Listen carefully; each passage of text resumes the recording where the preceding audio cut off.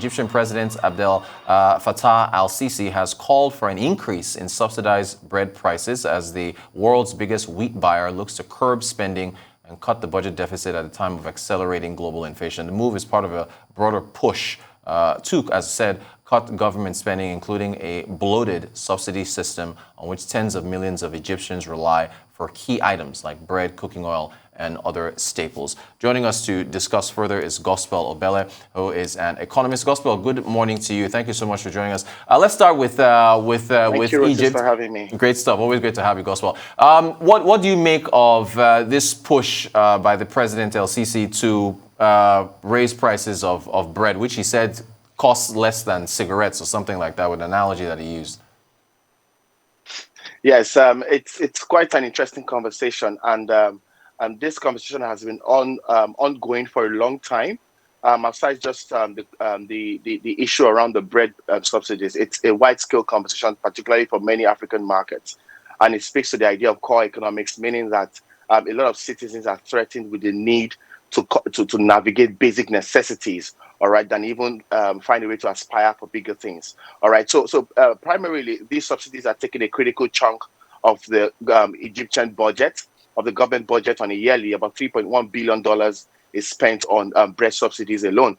And with the global rising inflation and all that, it presents some cost risk for the government to continue with that subsidy, according to the argument by the president. So, but then again, the government is also seeking to fund school feeding programs, and it seeks to withdraw the subsidy from the bread commodity, and to use that as funding for the school feeding program, and all that. So what I see here is a social intervention problem.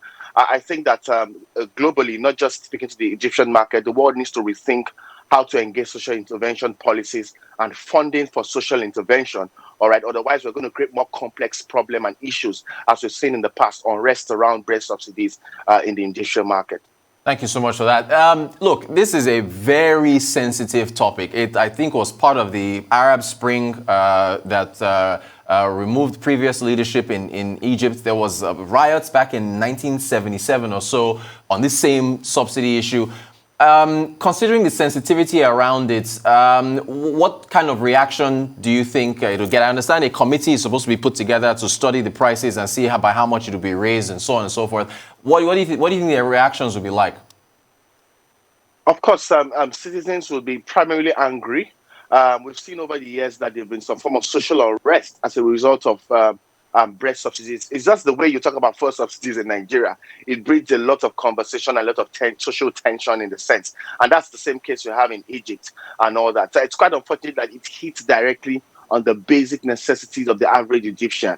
And so that opens the door for some form of anger and social unrest. So you can also blame the Egyptian government to a large extent, because they're the largest world buyer of wheat, and that presents a lot of threats, all right, on budgetary spending and the likes. And like I mentioned initially, there are a lot of conflicting interests. And in navigating this, we hope there won't be more complexities forward, and that may lead to issues that you mentioned around change of power and change of government and all of these things.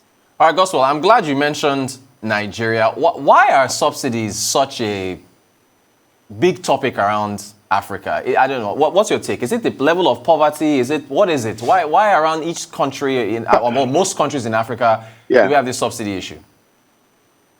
Quite honestly, there's what we call a poverty trap. And poverty trap would mean, in layman language, that people cannot aspire or do more beyond a particular income level because they are revolving around basic necessities, and they are choked by trying to break out of that box, in the sense. So it's a trap. And because the African economy has not done the right structural work over the years, rather has tried to use policy frameworks and, in quote, policy reforms to fix structural issues, which is a misalignment in this case, there is some form of growing agitation around these basic needs, all right, as inflation worsens and as global pandemic and global situations change over time, all right. So if you notice that what the key issues around subsidies are also key issues around basic necessities. And this is because there is a poverty trap conversation. All right. So it's largely a case of poor economics, that people are trapped trying to just feed and get by everyday life. And then again, there's some form of anger around either taking off or retaining the subsidies and all of that argument. So it's first the poverty trap, and because all of these things recycle around the basic necessities of living. So it's a very big conversation that has come to stay for a long time, except structural reforms and structural solutions are navigated towards structural issues, not just policy solutions for structural issues. Great stuff. And we could spend all the time on Egypt. I quickly want to get to South Africa, and it's probably around the same lines. This report saying that inequality in South Africa has not changed at all. Why do you think that is? All right, so it's interesting to know. I mean, in the book "Why Nations Fail" by Darren Acemoglu and his colleague, it talks about the fact that around the colonial rule, there are structural issues there are structures that were built. All right, and those structures, to a large extent, were retained post-colonial rule, such that when you now see a rising percentage of blacks who are in the top income, who are earning more income, all right, in the top elite class, you realize that it was just a change of color in the sense, all right, but those structures still remain. All right, so structural reforms are required to deal with inequality issues in the short to mid-term. All right, and that's one major part when you talk about the laws. All right, the laws around the ease of doing business. When you talk about rights and racism, especially when it borders around the critical mass, all right, of the South African market or the South African economy. So the more needs to be done around the structural bits of that economy than trying to recycle structures that were long built, and that would only worsen the inequality situation in the sense. A Center for Risk Analysis, now that's even a separate report. This is one, it said that if there's no critical reforms, as you've talked about, in South Africa, we'll continue to see what we just saw in those images we put up there of more riots and so on and so forth. You think the South African government understands how critical this is, or are they hamstrung by finances? How do you see this playing out?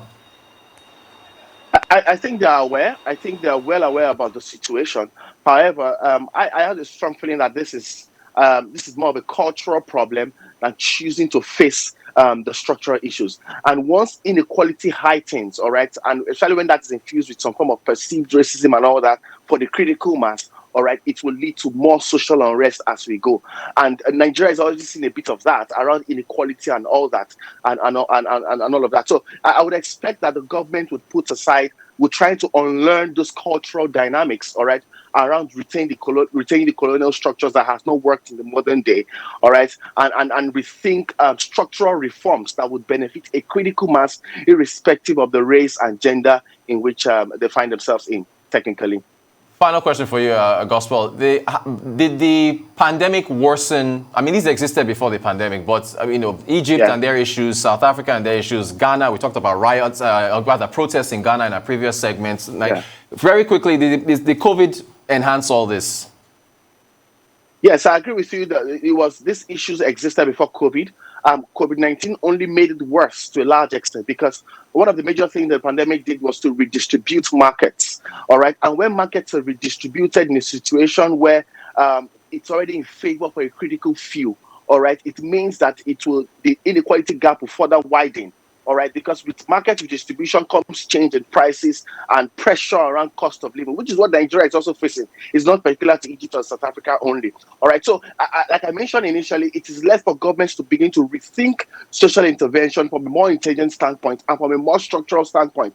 All right, if we're going to get out of this menace in the short and medium term in a sustainable way. Gospel Obele, Economist, thank you so much for taking us through Egypt and South Africa and other wider African issues. Appreciate you as always.